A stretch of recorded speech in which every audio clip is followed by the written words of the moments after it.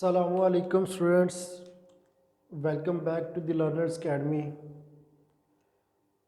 Last video में हमने first year physics की चैप्टर नंबर 1 के न्यूमेरिकल्स प्रॉब्लम्स जो है ना वो शुरू की थी,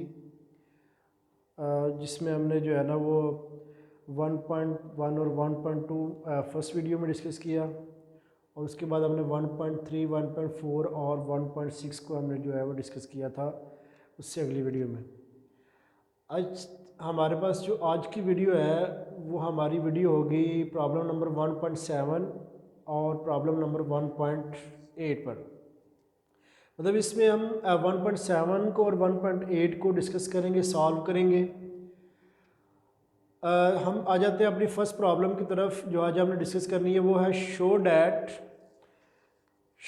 that the expression V F is equal to we I plus A T is dimensionally correct. मतलब हमने ये बताना है कि ये जो हमारे पास गिवन इक्वेशन है, जो हमें इक्वेशन दी गई है, क्या ये डिमेंशनली करेक्ट है या नहीं। अब इस इक्वेशन में जो वी आई है वो हमारे पास इनिशियल वेलोसिटी है at t is equal to zero. जब मतलब आपके पास टाइम ज़ीरो है, वेलोसिटी गेन नहीं की, तो उस वक्त हमारे पास जो इनिशियल वेलोसिटी है उस वक्त हमारे पास उसको हम इस वी आई से रिप्रेजेंट कर रहे हैं। A is acceleration and V F is the velocity at time T. मतलब कि टी टाइम के बाद जो उसकी वेलोसिटी में चेंज आया उस वेलोसिटी को बेटा हम वी एफ से रिप्रेजेंट करेंगे। ठीक है। अब गिवन डाटा में हमारे पास है द गिवन इक्वेशन, हमारे पास है v F is equal to we I plus A t, और हमने क्या फाइंड करना है, इक्वेशन जो है हमारे पास जो गिवन इक्वेशन है वो डिमेंशनली करेक्ट है कि नहीं है। ये चीज़ आपने यहाँ पे जो है ना वो चेक करनी है। हम आ जाते हैं अपने सोल्यूशन की तरफ। No, v F is equal to we I plus A t. सबसे पहले आप क्या करेंगे, आपको याद है कि हमने एग्जाम्पल नंबर 1.6 और प्रॉब्लम नंबर 1.6 ये दोनों एक जैसी थी। वहाँ यहाँ पे भी हमने सेम सिचुएशन डिस्कस की थी। अब इसी तरह आपको याद हो तो एग्जाम्पल नंबर 1.4 और ये जो आज हम प्रॉब्लम नंबर कर रहे हैं 1.7, जिस तरह हमने 1.4 को डिस्कस किया था इसी तरह जब हम 1.7 को भी डिस्कस किया, वहाँ पे भी हमने चेक किया था कि जो हमारे पास गिवन इक्वेशन थी वो डिमेंशनली करेक्ट है कि नहीं है। तो हम आ जाते हैं कि dimension of left hand side of the given equation. जो हमारे पास गिवन इक्वेशन है उसकी लेफ्ट हैंड साइड के बारे में हम बताएंगे। तो हमारे पास लेफ्ट हैंड साइड पे बेटा हमारे पास है वी एफ, मतलब वेलोसिटी है। तो वेलोसिटी हमारे पास होती है डी ओवर टी के, मतलब rate of change of displacement.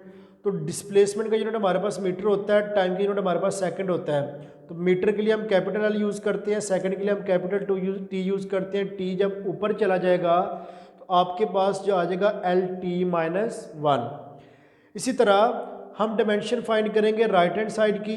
Right hand side जो हमारे पास है वी आई प्लस ए टी, मतलब वी आई प्लस ए टी। अब राइट हैंड साइड पे भी हमारे पास वेलोसिटी है, तो वेलोसिटी की अब डायरेक्ट हम डिमेंशन लिखेंगे। हम यहाँ पे ऊपर हमने फाइंड किया है एल टी माइनस 1। एक्सेलेरेशन की डिमेंशन भी हम डायरेक्ट लिखेंगे L T minus 2 square bracket के साथ, और टी की डिमेंशन जो है वो कैपिटल टी। अब जितनी भी हमने डिमेंशन लिखी है उसको हम पुट करेंगे वैल्यू में। जो गिवन इक्वेशन है तो हमारे पास आ जाएगा L T minus 1 plus L T minus 2 और टी स्क्वायर ब्रैकेट के साथ। अब ये टी और ये भी टी है, इसके ऊपर पावर 1 है। तो जब हम 1 माइनस 2 करेंगे तो हमारे पास जो पीछे बचेगा, जो हमारे पास पीछे टर्म आएगी, वो टर्म बेटा हमारे पास आएगी राइट हैंड साइड के L T minus 1 plus L T minus 1। क्योंकि जब हम 1 माइनस 2 करते हैं तो 2 में से एक निकालें तो 1 बचेगा, और साइन आपने जो है वो बड़े रकम का आपने इस्तेमाल करना है। तो अब आ जाएगा ये सेम हो जाएंगे L T minus 1 L T minus 1। अब आप देखें दोनों सेम है तो हम दोनों को ऐड करेंगे तो हमारे पास आ जाएगा 2 L T minus 1 square bracket के साथ। अब वो कहता है कि यहाँ पे 2 जो है वो हमारे पास एक कांस्टेंट है। तो हमने पढ़ा था कि कांस्टेंट की डिमेंशन नहीं होती, तो हम कांस्टेंट की ये डिमेंशनलेस होता है, तो इसलिए हम यहाँ पे 2 ख़त्म कर देंगे तो पीछे हमारे पास बचेगा एल टी माइनस 1। तो बेटा राइट हैंड साइड की डिमेंशन हमारे पास क्या आ गई, एल टी माइनस वन। अब लेफ्ट हैंड साइड की भी डिमेंशन हमारे पास एल टी माइनस वन थी, राइट हैंड साइड की डिमेंशन भी हमारे पास एल टी माइनस वन आई, तो हम कहेंगे जी लेफ्ट हैंड साइड बराबर है राइट हैंड साइड के। मतलब आपने कहना जी लेफ्ट हैंड साइड बराबर है राइट हैंड साइड के। अब जो रिजल्ट आप लिखेंगे जी, has the given equation V F plus V I, V F is equal to we I plus A T is dimensionally correct. मतलब कि ये जो हमारे पास गिवन इक्वेशन थी ये वाकई डिमेंशनली करेक्ट है, मतलब लेफ्ट हैंड साइड की डिमेंशन जो है वो राइट हैंड साइड की डिमेंशन के बराबर है।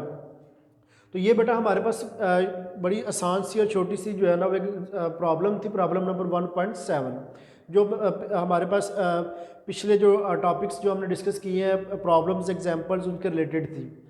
अब आ जाते हैं हम अपनी प्रॉब्लम नंबर 1.8 की तरफ। अब प्रॉब्लम नंबर 1.8 भी हम इसी से रिलेटेड जो हम ये जो सारी कैलकुलेशन मैंने की हुई है ना ये पहले भी हम कर चुके हैं। मतलब कि हमने एग्जांपल नंबर 1.5 डिस्कस की थी जिसमें हमने एक फार्मूला बनाया था time period of simple pendulum का। तो ये उसी तरह वही सारा प्रोसेस है, उसी तरह हमने डिमेंशंस रूल्स को इस्तेमाल करते हुए फार्मूला बनाना है। तो हम अपनी स्टेटमेंट की तरफ आते हैं कि हमारे पास स्टेटमेंट क्या है। वो कहता है कि जी speed V of sound waves, हमारे waves through a medium may be assumed to be depend on, मतलब कि हमारे पास जो स्पीड ऑफ साउंड है मीडियम के अंदर वो किन फैक्टर्स पे, शायद इन फैक्टर्स पे डिपेंड करती है। किस किस पे? ये बेटा डिपेंड करती है डेंसिटी ऑफ द मीडियम, ठीक है, उस मीडियम की डेंसिटी के ऊपर डिपेंड करेगी, डेंसिटी ऑफ द मीडियम। और उसके बाद बेटा दूसरा जो फैक्टर है जिसके ऊपर ये हमारे पास स्पीड ऑफ साउंड डिपेंड करेगी वो मॉडुलस ऑफ इलास्टिसिटी, ठीक है। और जो इलास्टिसिटी है ये आपको पता है कि ये stress to strain, ratio of stress to strain, मतलब कि हमारे पास स्ट्रेस ओवर स्ट्रेन जो है ना वो इलास्टिसिटी के बराबर होता है। ये हमने 9th क्लास में भी पढ़ा है, ठीक है। तो वो कहता है कि deduce by the method of dimensions the formula for the speed of sound. मतलब हमने डिमेंशंस वाला मेथड अप्लाई करके हमने क्या करना है कि हमने स्पीड ऑफ साउंड का फार्मूला बनाना है। और यही चीज़ बेटा हमने वहाँ पे 1.5 एग्जाम्पल में की थी। वो एग्जाम्पल करवाने का मकसद यही था बस। तो अब आ जाते हैं हम अपने सोल्यूशन की तरफ। तो सोल्यूशन में कहता है कि ऊपर जैसे उसने स्टेटमेंट के अंदर बताया है कि as we know that speed of sound depends upon the following factors. मतलब ये जो स्पीड ऑफ साउंड है इन फैक्टर्स के ऊपर डिपेंड करती है। किस किस के ऊपर? Number 1 density, number 2 elasticity. अब इसके ऊपर हम पावर्स जो है ना वो लगा रहे हैं क्योंकि हमने फार्मूला बनाना है, तो इसके लिए मेथड हमने पीछे भी इस्तेमाल किया है। तो अब आ जाते हैं हम कि हमने क्या करना है कि हम लिखेंगे जी velocity is directly proportional to the rho की power A and inversely velocity is directly proportional to rho की पावर ए है और इलास्टिसिटी की पावर बी है। मतलब इन दोनों के डायरेक्टली प्रोपोर्शनल है। अब हम क्या करेंगे कि इस प्रोपोर्शनलिटी का साइन को ख़त्म करेंगे तो हमारे पास एक कांस्टेंट आ जाएगा। अब कांस्टेंट के साथ हमारे पास ये इक्वेशन नंबर 1 बन जाएगी, हम इसको इक्वेशन नंबर 1 का नाम दे देंगे, ठीक है। अब नेक्स्ट आपने क्या करना है कि right dimensions of quantities on both the sides. मतलब दोनों तरफ जो आपको क्वांटिटीज़ दी गई हैं उन दोनों क्वांटिटीज़ की बेटा आपने डिमेंशन लिखनी है। हम अब इनकी डिमेंशन लिखते हैं। लेफ्ट साइड पे सबसे पहले हमारे पास वेलोसिटी है, तो बेटा हम वेलोसिटी की डिमेंशन लिखेंगे। तो वेलोसिटी की डिमेंशन हम पीछे भी पढ़ चुके हैं कि हमारे पास L T minus 1 square bracket के साथ आ जाती है। ओके हो गया। तो लेफ्ट हैंड साइड पे जो हमारे पास क्वांटिटी थी उसकी हमने डिमेंशन लिख ली। उसके बाद हमारे पास इक्वेशन में डेंसिटी है, तो डेंसिटी की जब हम डिमेंशन लिखेंगे तो डेंसिटी का फार्मूला आपको पता होना चाहिए कि डेंसिटी को अगर हम डिफाइन करें तो किस तरह से डिफाइन करते हैं, मैस पर यूनिट वॉल्यूम। मतलब मैस पर यूनिट वॉल्यूम जो है वो हमारे पास डेंसिटी होती है। तो मैस के लिए हम, मैस का यूनिट क्या होता है? किलोग्राम। वॉल्यूम का यूनिट क्या होता है? Metre cube. अब किलोग्राम के लिए, मैस के लिए हम कैपिटल एम इस्तेमाल करते हैं और मीटर के लिए हम कैपिटल एल इस्तेमाल करते हैं। तो इसके ऊपर 3 है तो इसलिए इसके ऊपर भी एल क्यूब आ जाएगा। तो हम जब एल क्यूब को ऊपर लेके जाएंगे तो उसकी पावर प्लस है, नीचे प्लस है, ऊपर जाके आ जाएगी माइनस। तो हमारे पास जो डिमेंशन आएगी वो आएगी ml-3 स्क्वायर ब्रैकेट के साथ। अब लास्ट में हमारे पास जो टर्म बचती है वो बचती है इलास्टिसिटी इक्वेशन के अंदर। तो इलास्टिसिटी होती है स्ट्रेस ओवर स्ट्रेन। तो स्ट्रेस की बात करें, यहाँ पे मैंने डायरेक्ट लिखा है F/A। एक्चुअल में स्ट्रेस हमारे पास होता है फोर्स पर यूनिट एरिया, और स्ट्रेन जो है वो change in length over original length. अब चेंज इन लेंथ मतलब अगर यहाँ पे स्ट्रेन के बारे में लिखूँ थोड़ा सा, तो स्ट्रेन जो है वो हमारे पास किसके बराबर होती है, वो होती है change in length over original length. तो दोनों का यूनिट सेम हो गया, तो दोनों का यूनिट सेम होने की वजह से दोनों कैंसिल हो जाते हैं, तो इसलिए हम सिर्फ स्ट्रेस का ही फार्मूला यहाँ पे मेंशन कर रहे हैं F/A। इस बात को आपने बेटा मद्देनजर रखना है। अच्छा जी, अब हम लिखते हैं इलास्टिसिटी की डिमेंशन। तो इलास्टिसिटी हमारे पास फोर्स पर यूनिट एरिया के बराबर होती है। तो हम बेटा डिमेंशन लिखेंगे सबसे पहले फोर्स की। तो फोर्स की डिमेंशन आपके पास क्या थी, MLT-2, क्योंकि मैथ की जगह पे हम M लिखेंगे कैपिटल M, और एक्सेलरेशन की डिमेंशन हम LT-2 पुट करेंगे, आपके पास MLT-2 आ जाएगा। उसके बाद डिमेंशन ऑफ एरिया, तो एरिया के लिए डिमेंशन जो है वो L² है, मतलब कि आपके पास L² है क्योंकि मीटर स्क्वायर इसका यूनिट होता है, तो मीटर की जगह पे हम कैपिटल L यूज़ करेंगे, तो इस तरह से हमारे पास इसकी डिमेंशन जो है वो L² आ जाएगी। तो बेटा इसी तरह हम वैल्यूज़ पुट करेंगे, तो पुट करेंगे ML। अब ये वाला L² मैंने डायरेक्ट लिखा है, ये नीचे से जो ऊपर गया है, जो एरिया की डिमेंशन थी ना वो ऊपर गई है, वो L-2 हो गई है, तो T-2। अब बेस एक जैसी होने की वजह से मैंने पावर्स को ऐड कर दिया, तो आपके पास आ गया ML-1 T-2। तो ये बेटा हमारे पास डिमेंशन आ जाती है इलास्टिसिटी की। तो बेटा न्यूमेरिकल के साथ साथ आप याद रखें आपने कि अगर आपको शॉर्ट के तौर पे अगर वो पूछ लेता है कि right the dimension of elasticity, तो आपने बेटा याद रखना है किस तरह से आपने इलास्टिसिटी की डिमेंशन को फाइंड करना है।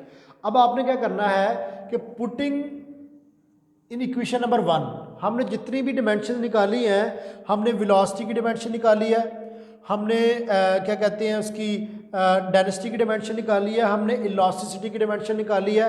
अब तीनों डिमेंशन को बेटा आपने पुट कर देना है, ठीक है। अब हम पुट करते हैं लेफ्ट साइड पे, left side LT-1 is equal to ML-3A, उसके ऊपर पावर A लिख दी, उसके बाद ML-1 T-2 के पावर B, क्योंकि हमारे पास रो के ऊपर भी A पावर A थी और E के ऊपर हमारे पास पावर B है। तो हम अब क्या करेंगे, पावर्स को अंदर मल्टीप्लाई कर देंगे। M के साथ मल्टीप्लाई किया तो MA, क्योंकि इसके ऊपर 1 है तो 1 के साथ मल्टीप्लाई किया तो A आ गया, M की पावर A, L की पावर -3A, M की पावर B, L की पावर -B और T की पावर -2B, ये B अंदर मल्टीप्लाई करेगा। अब क्या करना है कि आपने M वाली को इकट्ठा कर देना है, तो M की पावर A + B हो जाएगा, क्योंकि इसके ऊपर A है और इसके ऊपर B है।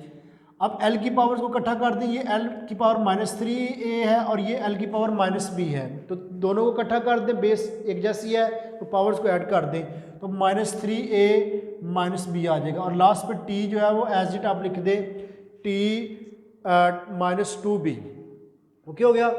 अब लास्ट पे आप नेक्स्ट स्टेप में आपने क्या करना है कि आपने कंपेयर करना है एक्सपोनेंट्स को, पावर्स को आपने कंपेयर करना है। डायरेक्टली आप पावर्स को कंपेयर कर लें, कोफिशिएंट को कंपेयर करने की ज़रूरत नहीं है, वो टाइम की बचत करनी है आपने, तो डायरेक्ट आपने पावर्स को कंपेयर कर लेना है। तो अब इस साइड पे हमारे पास m की पावर 0 है, हम सबसे पहले m को कंपेयर करेंगे, तो यहाँ पे पावर 0 है और यहाँ पे a + b है, a + b जो है वो 0 के बराबर आ जाएगा। फिर इसी तरह L की पावर यहाँ पे 1 है और उस तरफ हमारे पास है -3A -B, तो -3A -B जो है वो किसके बराबर आ जाएगा, 1 के। और इसी तरह लास्ट पे आपने T की पावर्स को कंपेयर करना है, तो T यहाँ पे -1 है और वहाँ पे -2B है, तो आप लिखेंगे T जो है यहाँ पे मैंने किया हुआ है, ये T जो है ये T, ठीक है, और T हमारे पास -2B इज इक्वल टू -1। अब माइनस माइनस से कैंसिल हो जाएगा और 2 यहाँ पे मल्टीप्लाई कर रहा है तो जाके डिवाइड करेगा तो b आपके पास 1/2 के बराबर आ जाएगा। अब यही क्या करना है आपने कि आपके पास a + b is equal to 0 आया था, अब आपने क्या करना है b की वैल्यू पुट करनी है इसमें, हमने यहाँ पे b की वैल्यू पुट कर दी 1/2। अब ये 1/2 यहाँ पे प्लस क्या उधर जाके आ जाएगा माइनस का, इस तरह आपके पास a की पावर जो है वो माइनस जो हमारे पास वैल्यू है वो -1/2 आ जाएगी। अब यही दो वैल्यूज़ बेटा हमने फाइंड करनी थी, क्योंकि हमारे पास इक्वेशन में है a और b थी पावर में, तो हमने इनकी वैल्यूज़ को फाइंड करना था। अब दोनों की वैल्यूज़ निकल आई हैं, आपने वैल्यूज पुट कर देनी है इक्वेशन नंबर 1 में, तो आप 1 में पुट करें, a की जगह पे हमने -1/2 पुट कर दिया और b की जगह पे बेटा हमने 1/2 पुट कर दिया। अब ये माइनस में आया तो ये ओवर में चली जाएगी, तो नीचे जाएगी तो प्लस में हो जाएगी। और हम तब दोनों, क्योंकि दोनों के ऊपर सेम पावर है तो हमने इसको होल पावर में कन्वर्ट कर दिया। अब क्योंकि 1/2 जो है वो स्क्वायर रूट के बराबर होता है, ठीक है, तो 1/2 स्क्वायर रूट के बराबर होगा तो हमारे पास जो फार्मूला आएगा वेलोसिटी का, स्पीड ऑफ साउंड का, वो हमारे पास क्या आएगा, v is equal to constant square root E over rho. E क्या है यहाँ पे, इलास्टिसिटी, और रो क्या है, डेंसिटी। तो फाइनल रिजल्ट में आप लिखेंगे the formula for the speed of sound is, क्या है हमारे पास, v is equal to constant square root E over rho. तो मतलब कि आपके पास जो है ना इस तरह से जो है ना हमारे पास, उसने हमें एक फार्मूले में स्टेटमेंट में कहा था कि ये आपने फार्मूला बनाना है by using method of dimensions. हमने मेथड ऑफ डायमेंशंस को यूज़ करते हुए बेटा स्पीड ऑफ साउंड का फार्मूला बना लिया, निकाल लिया हमने। v जो है वो बराबर है कांस्टेंट e ओवर रो की रो स्क्वायर रूट। तो बेटा इस तरह से आप जो है ना इनको अच्छे तरीके से प्रैक्टिस करें, ठीक है, और होप्स हो कि आपको अच्छे से समझ आई होगी। किसी भी चीज़ का में मसला हो, कोई प्रॉब्लम हो तो बेटा वो आप हमसे पूछ सकते हैं, इंशाल्लाह आपको हर तरीके से गाइड किया जाएगा। ओके बेटा, अपना ख्याल रखिएगा।